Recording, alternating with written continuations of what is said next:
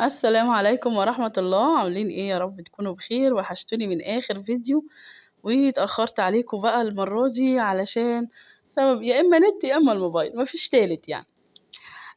كل سنة وانتم طيبين بمناسبة رجوعنا للمدارس، ويا رب يكون عام جديد خير علينا، وكل سنة وانتم بألف خير. وربنا يعين الأمهات، لأن بجد احنا اللي مسحولين الأمهات. ربنا يعيننا يا رب ويقوينا الفترة دي. طبعا بعد سحلة اليوم كله وصلنا لمرحلة الغدا. جيت بقى هنا قررت النهارده كده اعمل كفتة واشارككم معايا دوات تتعمل ازاي.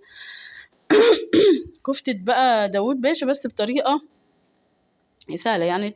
كفتة انا ما حطيتهاش في الصلصة، حطيتها في صينية. هتشوفوا معايا بقى التفاصيل في الفيديو.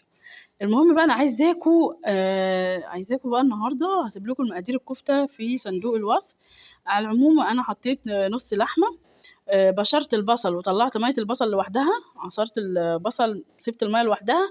ليه بقى الميه؟ عشان هصبع بيها الكفته زي الحاتي بالظبط. بصوا هنا بقى ايه، الستاند كله اتقلب. ما علينا. حطيت كده البهارات وملح وفلفل ورشه بيكنج باودر معلقه صغيره يعني، عشان تخلي الكفته ما تكشش مني. وهبتدي بقى ايه اعملها كور كده في الصينيه. الطريقه دي حلوه جدا، عايزاكم تجربوها. انا عملتها قبل كده على القناه، ارجعوا الفيديو القديم هتلاقوني عاملاها. جميله جدا. وجنبها كده ايه شويه مكرونه. انا بجد حيره الاكل دي كل يوم خلاص دماغي بتقف. فعلا والله بجد خلاص. لقيت ابني بيقول لي طب ما تعملي لنا كفته يا ماما ومكرونه، قلت له والله يا ياسين فكره، هقوم اعملها. فعلا سهلة جدا جدا. وبقالي كتير انا كمان عن نفسي بقالي كتير ما عملتش كفتة خالص، دايما بيحبوها حواوشي اكتر. فقلت ايه نعملها بقى النهارده. لذيذة واكلة سريعة. و نسيت اقول لكم هنا ايه، هضيف شوية بقسماط كده علشان البقسماط بيساعد على اللي هي يمسكها.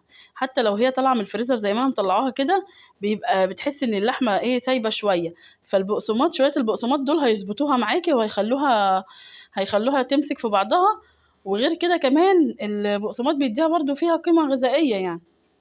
بس هاتي نوع بقسماط حلو يعني نضيف. وممكن احنا بنعمله في البيت الفينو الناشف، تحوشيه. طبعا اهو الدراسة دخلت وفي فينو هيتبقى منك كتير، فحوشي كده كم صباع فينو وهتلاقي نفسك نشف يعني. اطحنيه في الكبة بتاعتك، هتلاقي كمية بقسماط حلوة جدا. عيش ناشف، هو كده كده البقسماط بيتعمل بالطريقة دي يعني. وانا بقى ايه عايزاكم بقى في موضوع مهم كده زي ما قلت لكم في العنوان. آه فاكرين اخر فيديو لما قلت لكم استنوني اول فيديو عشان هيبقى في المطبخ، عايز الرغي كمان في المطبخ. فالنهارده بقى تعالوا كده معايا هنرغي بقى شويه رغي كده في المطبخ، ايه رغي ستات. انتوا طبعا عارفين بيوتنا كلها دلوقتي بقينا نشتكي من الغسيل والمواعين والشغل البيت بقى على الست كتير عموما. طب انا ليه اهالينا زمان ما كانوش بيشتكوا؟ انا قعدت افكر وامحص وافحص لغايه ما وصلت حل المشكله دي او سببها. يعني لقيت ان سببها طبعا انتوا شايفين انا بعمل ايه عشان ايه. حطيت كده شويه خضار على في الاخر على صينيه الكفته. فانا مش هشرح، انا هتكلم النهارده في الموضوع اللي انا هكلمكم فيه. هنحطها بقى على النار من فوق، وبعد كده هسمعها في الفرن، او عايزه تحطها في الفرن على طول حطيها. فشويه بقى ايه، فلقيت اللي احنا يعني زمان كنت تفتكر مامتي يعني يوم خميس بس تغسل، جمعة أيا كان يعني اليوم في الأسبوع، يوم في الأسبوع برضو بتنكت الشقة وكده. احنا كل يوم بنجري والشقة تحسوا لا متنظمة ولا متظبطة ولا أي حاجة. طب إيه السبب؟ أنا زيكم عايزة أعرف. لقيت اللي احنا السبب في ده. أيوة، كل ست بيت هي السبب في مشكلة بيتها اللي على طول ما بيتروق. مهما تروق ما بينضفش، مهما تظبط ما بيتظبطش، وبتعاني غسيل كتير. انتوا عارفين فاكرين زمان اهالينا كانت الكسوة الهدوم يعني يا شتا يا صيف يا اعياد فقط لا غير. احنا دلوقتي بقى ست البيت تنزل كل شوية عجبها حاجة تفتح البوك يلا بالمرة، وتبقى نازلة تتمشى عادي.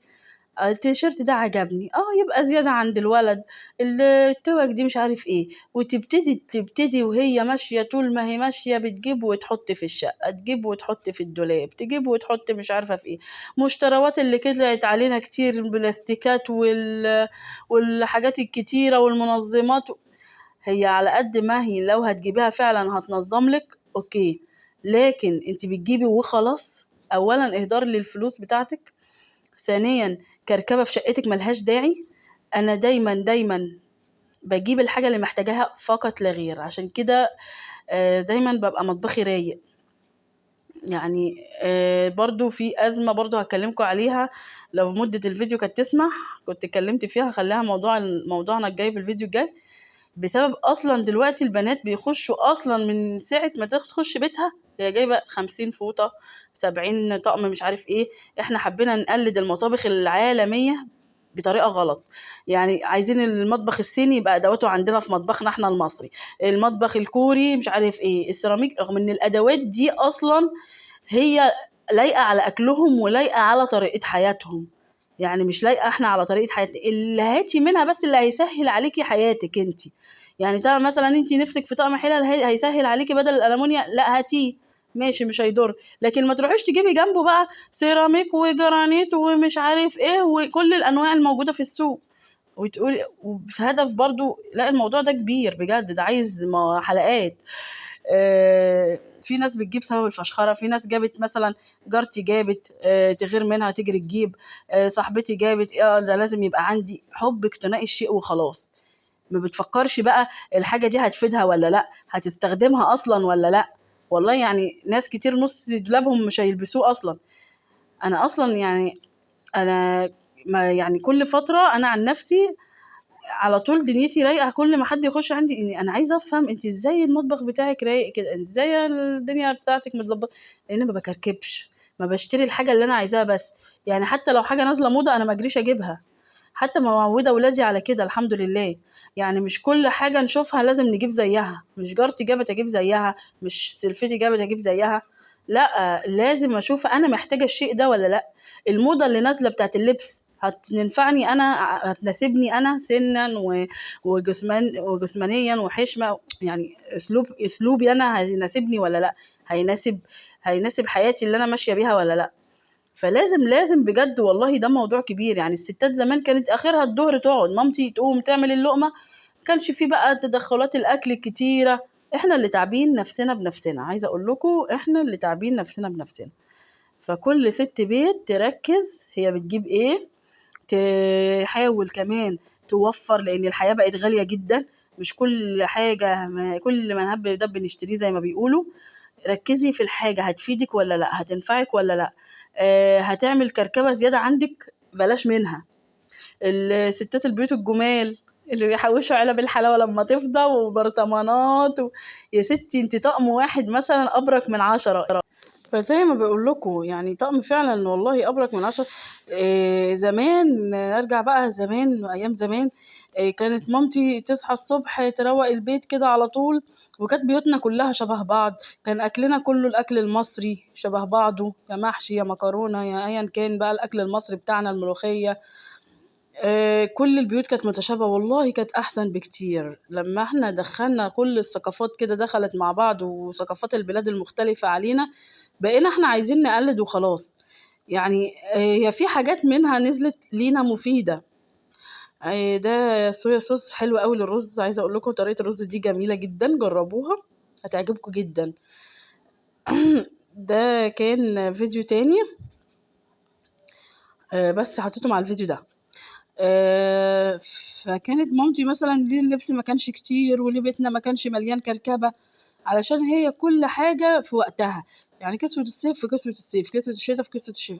احنا دلوقتي عروض مش عارف فين نجري نلحق، حاجات ايه نجري نعمل. مش كله حاجة لازم نجيبها في بيتنا. حتى لو الوقت بي جديد بيخش عليكي، عايزة تجددي شوفي القديم فين، استبدليه. يعني طلعي القديم وهتجددي مثلا القديم طلعيه لحد يكون محتاجه وحطي الجديد في بيتك. يعني انا عن نفسي بعمل كده، بيعيه واستفادي بثمنه وكملي وهاتي جديد. وكده خلاص الفيديو بيخلص. اشوفكم